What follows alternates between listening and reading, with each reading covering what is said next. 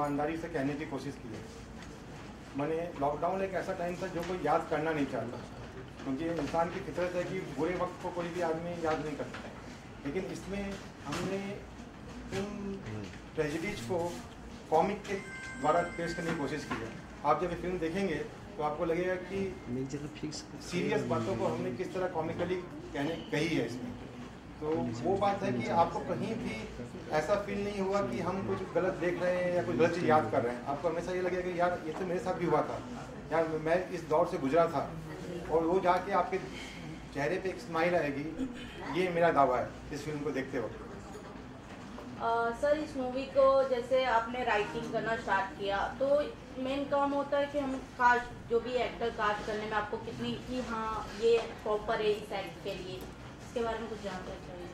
मेरे ख्याल से सबसे बड़ा चैलेंज एक न्यू फिल्म मेकर के लिए वही होता है कि उसको अपने मन मुताबिक एक्टर मिल जाए।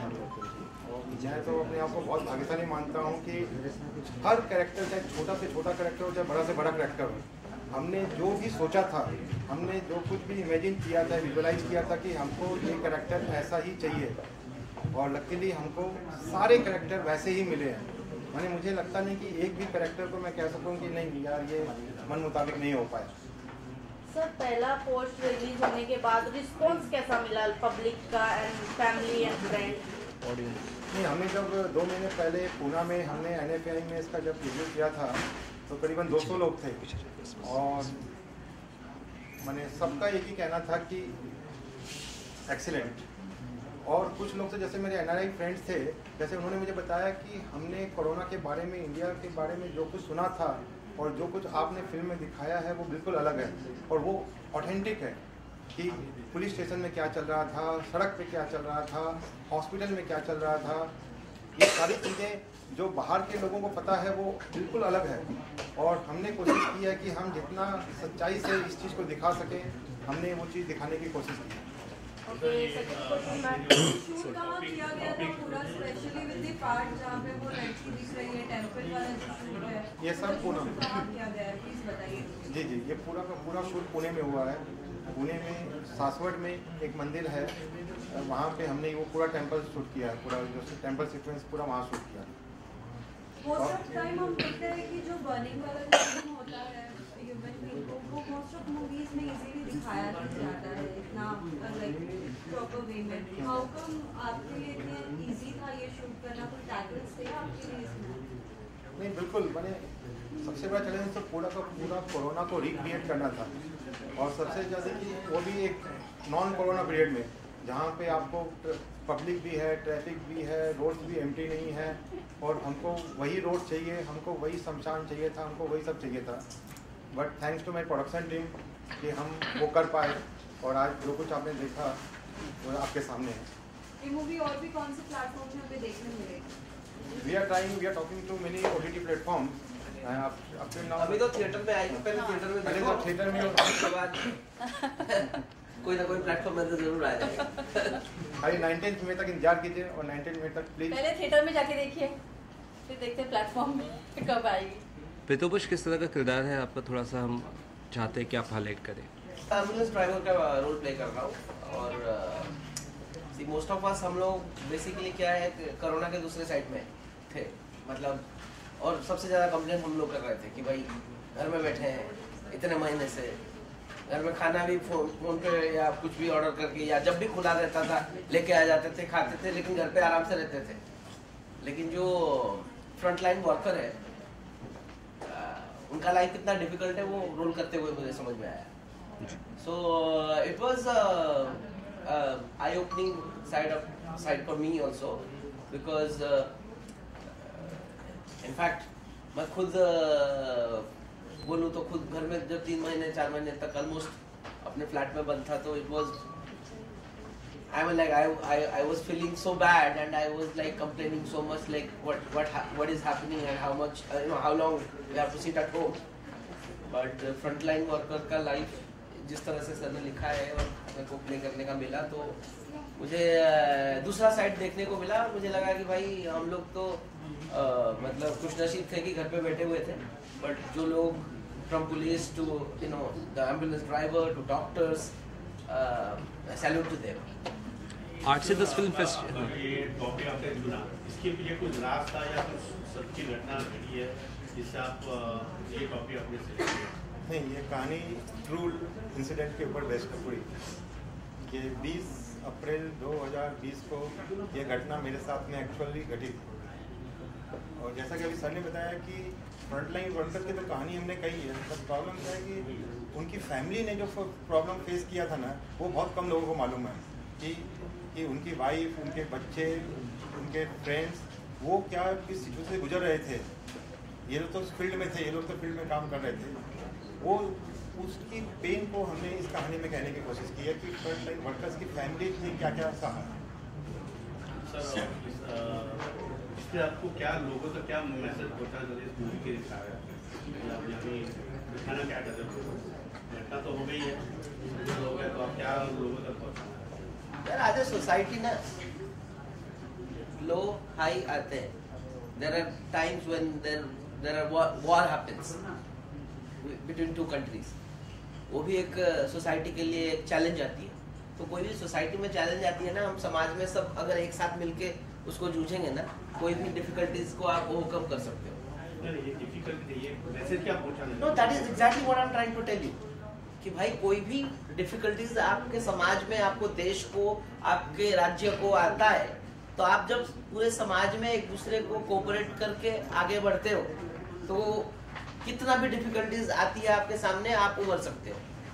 बट कंप्लेन करने से कुछ होगा नहीं। मुझे लगता है it's basically a film of an individual जो एक एक्सपीरियंस से चाह रहा है। कोरोना के टाइम में हर एक को अलग अलग एक्सपीरियंसेस आए थे, हर एक की अपनी अपनी स्टोरी थी।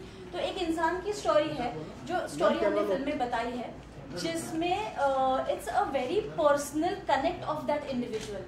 तो वो कोरोना के टाइम पे उसकी फैमिली के साथ जो जो घटता है, उसके घर में दादाजी है, घर में वाइफ है, घर में बच्चे हैं, उसके दोस्त हैं, उनके साथ जो जो घट रहा है वो फिल्म में उन्होंने सही में दिखाया है।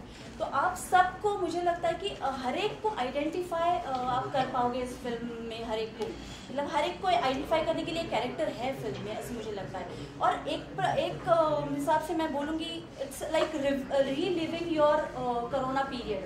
तो आप जब फिल्म देखोगे तब आप एक अलग पॉइंट ऑफ व्यू से फिल्म को देखोगे, जिसमें आप हंसोगे भी, आपको रोना भी आएगा, और सेंसिटिवली आप वो पूरा जो पीरियड था कोरोना का, उस पीरियड को एक सेंसिटिवली रियलाइज भी करोगे कि क्या था, क्या क्या हुआ था।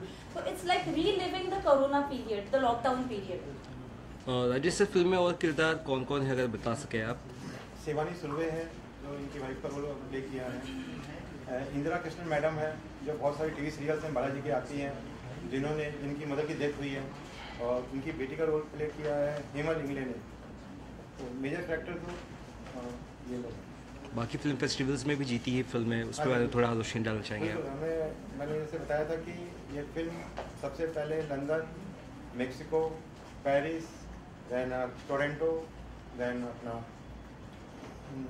क्या नाम है भूल रहा हूँ, बट ऐसे 8 फेस्टिवल में all over the outside India, and 1 Indian festival that is Dada Saheb Phalke film festival Delhi, उसमें सेलेक्ट हुई है। और 2 में इसे बेस्ट नैरेटिव फीचर फिल्म का अवार्ड मिला है, बेस्ट नैरेटिव फीचर फिल्म। तो बस क्या कहना चाहिए आपके रोल के बारे में? अजय को बोल एक्चुअली मेरे रोल के बारे में कुछ नहीं बताऊंगा क्योंकि बहुत सारा रिवील हो जाता है। बट हैविंग सेड दैट कि मैडम सर जो बात कर रहे हैं, it's part and parcel of that corona period only, जो इंडिविजुअल फेस करके गया है।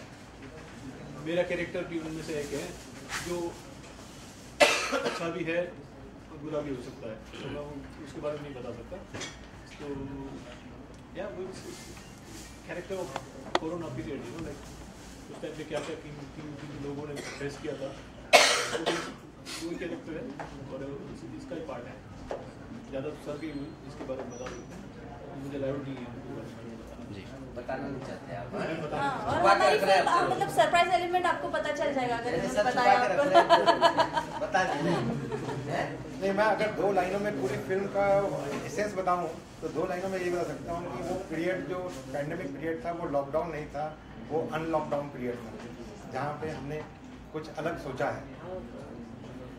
सर इसके बाद भी और किस तरीके के आपके प्रोजेक्ट्स देखने मिलेंगे, कुछ बताना चाहेंगे? अभी तो फिलहाल पहले इसको ठिकाने लगा देते हैं। ठिकाने लगा के है भाई, मैंने आप जो भी बोलो उसको। पहले इसका रिस्पांस देखेंगे, फिर क्योंकि बाद में और मेरी फिल्में पहली आएंगी। फिल्म में अभी मेरा सारा खून पसीना इसी में लगा हुआ है। जी जी। सर आप दर्शकों क्या अपील करना चाहोगे? कि प्लीज़ अगर आपको एक अलग एक्सपीरियंस जो आपके साथ गुजरा है उसको एक नए नज़रिए से देखना चाहते हैं तो प्लीज़ आप आइए और एक बार देखिए। मेरा दावा है कि आपको बहुत कुछ आप घर ले जाने को मिलेगा। वही कहूँगी कि एक अलग नज़रिया है पूरे लॉकडाउन का। इसमें आप इमोशनल होंगे, आप मज़ा लेंगे, इसमें ह्यूमर है, इमोशंस है, आपको सबको आइडेंटिफाई करने के लिए एक कैरेक्टर है, and it's like reliving the covid period, the lockdown period. आप एंजॉय करेंगे for sure in a comic way. बस यार सिनेमा में कोई भी चीज़ देखते हैं हमारे जीवन के से ही आता है और हमारे जीवन के एक्सपीरियंस से ही आता है। बट जैसे कि बोलते हैं ना, हम लोग अक्सर जीवन को ट्रेजेडी की तरह देखते हैं, but generally life is a comedy. Because हमारे ऊपर जब हो रहा होता है हम सोचते हैं कि ये ट्रेजेडी है। जैसे कि फॉर एग्जांपल छोटा सा एग्जांपल लेता हूँ, जो कोई कभी केले के छिलके में गिर जाता है तो सब हंसते हैं उसको देख के, उसकी लगी हुई रहती है। तो it is like that. So corona was very depressing for the whole society and the country, but when you go and watch the film you will see as a third person, and the film is treated like that you will get humor and happiness watching that whole film as well. So please come and watch the film on theatre. Thank you. thank you so much sir. Thank you.